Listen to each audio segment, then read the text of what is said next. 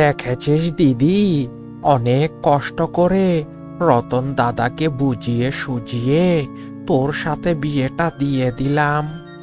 হ্যাঁ রে, সেটা তুই মন্দ বলিসনি।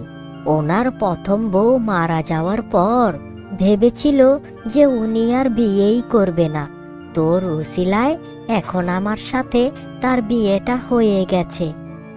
এখন তো তুই দিদি পুরো সুখে জীবনযাপন করতে পারবি। আহা, মাসে মাসে আমাকে দাওয়াত করে খাওয়াস কিন্তু। সে তো অবশ্যই খাওয়াবো রে, কিন্তু একটা তো সমস্যা রয়ে গেছে। আগের সংসারের একটা ছোট্ট মেয়ে রয়ে গেছে। সেই মেয়েটার যদি একটা ইল্লে করতে পারতি তাহলে খুব উপকার হতো। এ নিয়ে তুই কোনো চিন্তা করিস না দিদি। তোর ওই আগের সংসারের মেয়েটা আছে না, সেটাকে আমার উপর ছেড়ে দে। আমি ওটাকে শহরে বিক্রি করে দিয়ে আসব। আমার সেখানে জানাশোনা অনেক লোক আছে।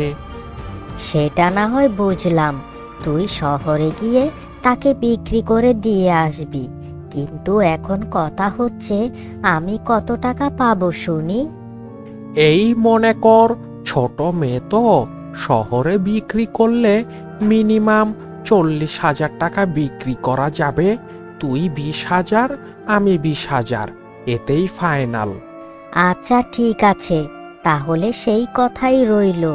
আর শোন, কালকেই আমি স্বামীর বাড়িতে চলে যাব। তুই ঠিক 2 দিন পর এসে আমার সাথে দেখা করবি কিন্তু। আচ্ছা দিদি, তুই এইসব নিয়ে কোনো টেনশন করিস না। আমি 2 দিন পর তোদের বাসায় গিয়ে সমস্ত কাজ কাম বুঝিয়ে দেব। এরপর বিক্রি করতে পারলেই 20,000 করে 40,000 টাকা ইনকাম হবে। হে হে হে হে হে। আর তোর পথের কাঁটাও দূর হয়ে যাবে। কি হয়েছে গো তোমার? মুখটা এইরকম উদাসীন লাগছে কেন? আমার সাথে সব খুলে বলতে পারো। মনে করো আমি তোমার স্ত্রী। সেটাও অবশ্য মন্দ বলনি, কারণ আমার প্রথম স্ত্রী মারা যাবার পর ভেবেছিলাম আমি আর বিয়ে শাদী করব না। কিন্তু কিভাবে যে তোমার সাথে আমার বিয়েটা হয়ে গেল সেটাই ভেবে পাচ্ছি না। আরে এই নিয়ে তুমি এত ঘাবড়িয়ে আছো? এসব কোনো কিছুই না গো। তোমার সাথে আমার রিজিক মিলে গেছে, তাই তোমার সাথে আমার বিয়ে হয়েছে। আমার মনে একটা কষ্ট গো। আগের সংসারের ছোট্ট মেয়েটা সোনালি আমার কি অবস্থায় যেন আছে। ওগো, তুমি আমার উপর একটু বিশ্বাস রাখো। তোমার সোনালী মেয়েটাকে আমি আমার নিজের মেয়ের মতোই লালন পালন করে বড় করব। তাকে তার সৎ মায়ের অস্তিত্বটা বুঝতেই দেব না। তাই যেন হয় গিন্নি, তাই যেন হয়।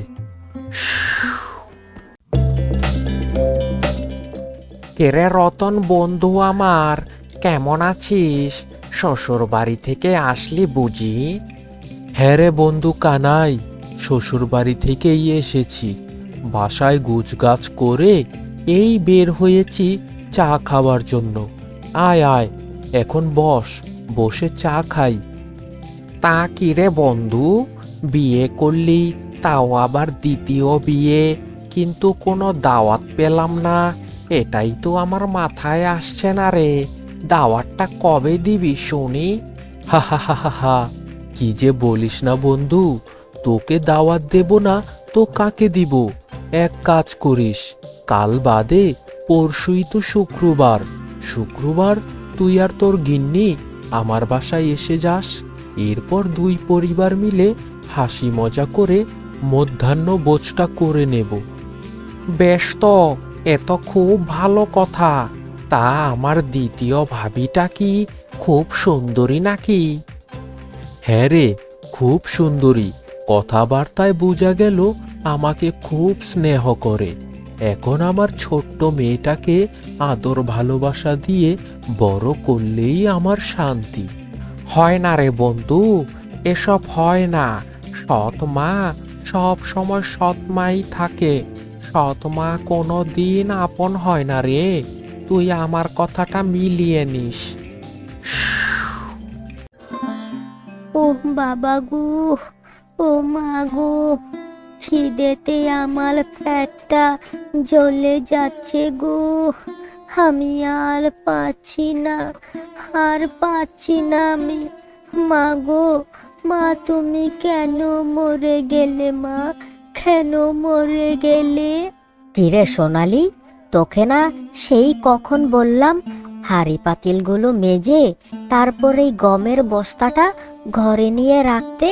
তা তুই এখানে কাম চোরামি করে বসে আছিস কেন শুনি? আমি আর তোমাদের সাথে থাকতে চাই না। সারাদিন শুধু আমাকে দিয়ে কাজ করিয়েই যাও, করিয়েই যাও। দুই বেলা ঠিক মতো ভাত খেতে দাও না। হ্যাঁ, আমি তো ছোট মানুষ, এত কাজ আমাকে দিয়ে কেন করাও তুমি? সারা দিনে 2 মুঠো ভাত খেতে দেই, এটাই তো অনেক বেশি। আমার জায়গায় অন্য কেউ হলে তো এতদিনে ঘাড় ধাক্কা দিয়ে বের করে দিত। মা গো, ও মা, আমার না খুব ক্ষুধা লেগেছে মা। আমাকে কটা খেতে দাও, এরপর আমি তোমার সব কাম করে দেব। কথা দিচ্ছি, কটা খেতে দাও আমায়। না, তোর জন্য এখন কোনো খাবার হবে না। হাঁড়িতে যতটুকু খাবার আছে সেটা তোর বাবার জন্য রেখে দিয়েছি। এখন ভালোই ভালোই কাজ কর বলছি, নয়তো রাতের খাবারটাও তোর কপালে জুটবে না। দেখো মা, তুমি যদি আমার সাথে এই রকম করো তাহলেই আমি বাবাকে সব কথা বলে দেব। কি বললি তুই? এত বড় স্পর্ধা! ছোট মুখে এত বড় বড় কথা শিখে গেছিস? তা তোর মা কি এইরকমই ছিল বুঝি? একটা কথা কান খুলে শুনে রাখ, এই বাড়িতে কাজ করতে না পারলে খাবার জুটবে না। সে তোর বাবাকে বল আর তোর দাদাকেই বল, কোনো লাভ হবে না। কিরে দাদা, এসেছিস তুই? আরে তোর জন্যই তো আমি সেই কখন থেকে অপেক্ষা করছিলাম। তা এখন জোগাড় যন্ত্র কি করেছিস শুনি? শোন দিদি, আমি তোর জন্য প্যাকেটে করে ঘুমের ঔষধ নিয়ে এসেছি। এটা তুই তোর ছোট্ট মেয়েটাকে খাইয়ে দিবি। যখন ঘুমিয়ে পড়বে তখন তুই নিশিরাতে এইখানে তোর মেয়েকে দিয়ে যাবি। এরপর আমি 2 দিনের মধ্যে তাকে শহরে পাচার করে দেব। তা বেশ করেছিস। এখন এখন আমার ওই ভাগের টাকাটা কবে পাবো শুনি? পাবি রে দিদি, পাবি। সময় হলে ঠিক পাবি। এখন একটা কাজ কর, তোকে আমি অ্যাডভান্স 5,000 টাকা দিয়ে দিচ্ছি। এটা দিয়ে আপাতত কিছুদিন চলতে থাক। গিন্নি, ও গিন্নি, দেখো দেখো, তোমার জন্য আমি কি নিয়ে এসেছি। ওই দেখি দেখি। ও মা গো, শরমে আমি কি আর বলবো। আমার জন্য শাড়ি, চুড়ি, লিপস্টিক নিয়ে এসেছো। বাবা বা, সূর্য আজকে কোন দিকে উঠেছে গো? হ্যাঁ, কি যে বলো না গিন্নি, সূর্য তো প্রত্যেক দিন ওই পূর্ব দিকেই ওঠে। আজকেও পূর্ব দিকেই উঠেছে। তা হঠাৎ করে আমার জন্য এত কিছু কিনে নিয়ে আসলে যে? বলছি গিন্নি, বলছি, একটু সবুর করো। আরে আমার বন্ধু রতন আছে না, আগের বউটা তো গত হয়ে যাওয়ার পর এখন সে দ্বিতীয় বিয়ে করেছে। তাই সে বলেছে আগামী শুক্রবারে তার বাসায় আমাদের নেমন্ত্রণ। তাই দুপুরের ভোজ খেতে যাব আর কি। তা বেশ হয়েছে, রতন দাদাও বিয়ে করা হলো আর আমারও নতুন শাড়ি চুড়ি কেনা হলো। ঠিক আছে, তুমি বসো, আমি তোমার জন্য জল খাবার নিয়ে আসছি। গিন্নি, ও গিন্নি, আরে দেখো দেখো, কত বড় একটা রুই মাছ কিনে নিয়ে এসেছি। আজকে তুমি এইটাকে সুন্দর করে রান্না করবে, রুই মাছ আর কষা ডাল। ইস, খেতে যে কি ভালো লাগবে গো। নাও নাও, ধরো। ঠিক আছে গো, আমি এখনই রান্নার কাজ কাম শুরু করে দিচ্ছি। তুমি যাও, পুকুর থেকে হাত পা ধুয়ে এসো। তা কি গো গিন্নি, এত বেলা হয়ে গেছে, সোনালীকে তো দেখতে পারছি না। মেয়েটা কোথায় আমার? সোনালী, ও সোনালী, বাবা দেখে যা, তোর জন্য আমি বাজার থেকে চকলেট নিয়ে এসেছি। এখন আর শুধু শুধু ডাকাডাকি করো না, সে এখন বাসায় নেই। আমাকে বলে গেল বান্ধবীদের সাথে নাকি খেলা করতে গেছে। ঠিক আছে গিন্নি, মেয়েটা আসলে আমার কাছে যেন পাঠিয়ে দিও। আমি রান্নাঘরে এসব রেখে আসছি, তোমার উঠে যাওয়া লাগবে না। কি গো গিন্নি, সকাল পেরিয়ে এখন সন্ধে হতে যাচ্ছে, তারপরেও তো সোনালীর কোনো দেখা পাচ্ছি না। মেয়েটা আমার কোথায় গো? সে তো আমি বলতে পারবো না গো, হয়তো দেখো কোথাও গিয়ে যেন বান্ধবীদের সাথে লটস পটস করছে। তোমার মেয়ের চরিত্র তো ভালো না। খবরদার গিন্নি, আমার মেয়ে সম্পর্কে কোনো বাজে কথা বলবে না। আমার মেয়ে যথেষ্ট ভালো আছে, আর এইটুকু মেয়ে কি আর এমন বোঝে শুনি? অত শত চিন্তা করো না তো, সময় হলে ঠিক ঘরে চলে আসবে। এখন ঘরে চলো, ঘরে চলো তুমি। এ কেমন কথা বলছো গিন্নি? আমার সোনালীকে খুঁজে পাচ্ছি না, আর তুমি বলছো চিন্তা না করতে? ছি ছি ছি ছি ছি ছি ছি ছি ছি। এই জন্যই কি তোমাকে বিয়ে করেছি নাকি? আরে সোনালীর দেখাশোনা করার জন্যই তো তোমাকে আমার এই বাড়িতে আনা। তাই বলে কি তোমার মেয়েকে নিয়ে মাথায় ডেই ডেই করে নাচবো নাকি? তোমার মেয়েকে তুমি খুঁজে নিয়ে আসো, আমি এইসব অযথা কাজে যেতে পারবো না। হে উপরওয়ালা, তুমি এ কার সাথে আমাকে মিলিয়ে দিলে? ঠিক আছে, তোমার যাওয়া লাগবে না, আমার মেয়েকে আমি খুঁজতে যাচ্ছি। যাও যাও, হাজার খুঁজলেও তুমি তোমার মেয়েকে খুঁজে পাবে না। আজকে 4 দিন হয়ে গেল, তুই আমাকে এখনো ভাগের টাকাটা দিচ্ছিস না কেন? আমার ভাগের 15,000 টাকা দে বলছি, নয়তো আমি তোকে ফাঁসিয়ে দেব, এই বলে দিলাম। তুই কি বলছিস? 15,000 টাকার জন্য তুই তোর ছোট ভাইকে ফাঁসিয়ে দিবি? ঠিক আছে, তোর টাকা তুই সময় মতো পেয়ে যাবি। আমার এখনই টাকা লাগবে, তুই আমাকে যেইভাবেই হোক আমাকে এখনই টাকা দিবি। আরে বললাম তোরে দিদি, তোর টাকা তুই পেয়ে যাবি। আমাকে আমাকে 1 সপ্তাহ সময় দে, এর মধ্যেই তোর টাকা আমি দিয়ে দেব। আরে আরে তুমি এখানে? আমাকে দেখে এইভাবে চমকানোর কি আছে শুনি? আর কি হে শালাবাবু, তুমি বাসায় না গিয়ে এইভাবে মাঠে এনে কথা বলছো যে? কোনো রহস্য আছে বুঝি? এখানে আবার রহস্যের কি আছে? এখন কি কারণে এসেছো সেটা বলো। তোমার সাথে আমি পরে কথা বলছি। কি হে শালাবাবু, তুমি হঠাৎ করে এই গ্রামে আসলে, বাসায়ও গেলে না, আমার সাথে দেখাও করলে না, কি হয়েছে তোমার? দিদি, দিদি, তোরা এখন কথা বল, আমি একটু আসছি। আরে আরে, শালাবাবু আমার কথার জবাব না দিয়ে এইভাবে চলে গেল কেন? নিশ্চয়ই এর পেছনে কোনো রহস্য আছে। তুমি আমার ভাইকে শুধু শুধু সন্দেহ করো না তো। আমার ভাই আমার সাথে দেখা করতে এসেছে, আর তুমি আমার ভাইকে শুধু শুধু সন্দেহ করছো।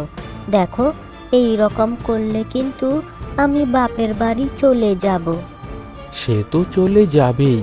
এইদিকে আমি আমার মেয়েকে খুঁজে পাচ্ছি না, আর ওইদিকে তুমি তোমার ভাইয়ের সাথে ফুসুর ফুসুর করছো, তাও আবার আমাকে না জানিয়ে। আমার তো একটু সন্দেহ হবেই। আমি অত শত কথা জানি না বাবা, এখন আমি বাসায় যাচ্ছি। গিন্নি, গিন্নি, জানো কি হয়েছে? আমি তো এমনিতেও বাসা থেকে বের হই না, আশেপাশের খবরও তেমন জানি না। আচ্ছা, কি হয়েছে গো? আমার বন্ধু রতন আছে না, আরে আমাদের ওই মধ্যাহ্নভোজে দাওয়াত দিয়েছিল যে, তার ছোট মেয়েটাকে কোথাও খুঁজে পাওয়া যাচ্ছে না। এই নিয়ে বন্ধু আমার খুব কান্নাকাটি করছে। নতুন বিয়ে করে ঘরে নিয়ে আসলো বউ, আর এর কিছুদিনের মধ্যেই ছোট্ট মেয়েটা গায়েব হয়ে গেল। না না না, এর পেছনে অবশ্যই কোনো না কোনো কারণ রয়েছে। তুমি একদম ঠিক কথা বলেছ গিন্নি। তাই আজকে সিদ্ধান্ত নিয়েছি, আমি বন্ধুর বাসায় যাব, গিয়ে বন্ধুর খোঁজ খবর নিয়ে আসব। ঠিক আছে গো, এ তো খুব ভালো সিদ্ধান্ত নিয়েছো। আচ্ছা, তুমি তাহলে আজকে গিয়ে তোমার বন্ধুর খোঁজ খবরটা নিয়ে এসো। ওগো, ওগো, তুমি এসেছো? আরে এত রাত হয়ে গিয়েছে, এত রাত করে কেউ বাসায় ঢুকে নাকি গো? চলো, তোমার জন্য রুই মাছ আর কষা ডাল রান্না করেছি, চলো এখন খাবে, চলো। হাই রে গিন্নি, এইদিকে আমি আমার মেয়েটাকে খুঁজে পাচ্ছি না। 4 দিন যাবৎ টোটো করে খুঁজে বেড়াচ্ছি, কোথাও খুঁজে পাচ্ছি না। আর তুমি ওইখানে আনন্দে সুখে ভালো ভালো রান্না করছো, পারো বটে তুমি। হ্যাঁ, ওই মেয়ের পক্ষেই নিলে তুমি। আর আমাকে এইদিকে যে সারা দিন ঘরে একা একা থাকতে হয়, আমি কাকে বলবো শুনি? আমাকে একা ফেলে যে রেখে যাও, আমার চিন্তা কখন করো? সারাক্ষণ শুধু মেয়ে নিয়েই চিন্তা করো। এখন ওসব ফালতু কথা আমার সাথে বলো না, সরো, আমার রাস্তা ছাড়ো। এখন আমি ঘরে গিয়ে ঘুমাবো। বন্ধু রতন, তোর শরীরটা এখন কেমন আছে রে বন্ধু? আহারে, তোর চোখের নিচে কালো দাগ পড়ে গেছে রে, ঠিকঠাক মনে হয় খাসও না। হায় হায় হায়, এখন আমার মেয়ে ছাড়া আমি কিভাবে বাঁচবো? ওই তো আমার একটা শেষ ভরসা ছিল, সেই শেষ ভরসাটাও এখন আমার কাছ থেকে দূরে সরে গেছে। হায় রে উপরওয়ালা। শুধু শুধু এখন মেয়ের চিন্তা করে নিজের শরীরটাকে খারাপ করো না। যেটা গেছে সেটা তো গেছেই। এখন এখন নতুনভাবে জীবনটা শুরু করো। চুপ করো বলছি। আমার মনে হয় তুমি আমার মেয়েটাকে কিছু একটা করেছো, কিছু একটা করে আমার আমার কাছ থেকে আমার মেয়েটাকে দূরে সরিয়ে রেখেছো, যেন তোমার ভাগ কেউ না পায়। হ্যাঁ, যাচ্ছি যাচ্ছি। তোমার বন্ধুর সামনে অপমান করলে তো, ঠিক আছে, আমিও দেখে নেব। বন্ধু কানাই আমার, তুই ওই দিকটা সব দেখছিস তো? হ্যাঁ বন্ধু, তুই কোনো চিন্তা করিস না, আমি খোঁজ খবর লাগিয়েছি। তোর বউ আর তোর শালা, এরা হচ্ছে ডাকাত পরিবারের লোক। আর তোর শালা ওই শহরে মেয়েদেরকে বিক্রি করে দেয়। আমরা আশা করছি যে তোর শালাই তোর ছোট্ট মেয়েটাকে নিয়ে শহরে বিক্রি করে দিয়েছে। ঠিক আছে বন্ধু, তুই এক কাজ কর, তুই আমার ছোট বউকে ওই রোমে ভালো করে তালা দিয়ে আটকে রাখ। কাল সকালে যদি পুলিশরা মিলে মেয়েটাকে আমার খুঁজে পায়, তাহলেই তাহলে ওই বউটাকে সহ জেলে ঢুকাবি। ঠিক আছে বন্ধু, তাহলে এখন আমি যাচ্ছি, পুলিশের সাথে কথা বলতে হবে তো। কারণ আপনারা বিপদে পড়ে পুলিশের কাছে গিয়েছেন, আর আপনাদের কারণেই আশেপাশের 5টা গ্রামের সমস্ত ডাকাত দলদের ধরতে পেরেছি। আপনাদেরও অনেক অনেক ধন্যবাদ।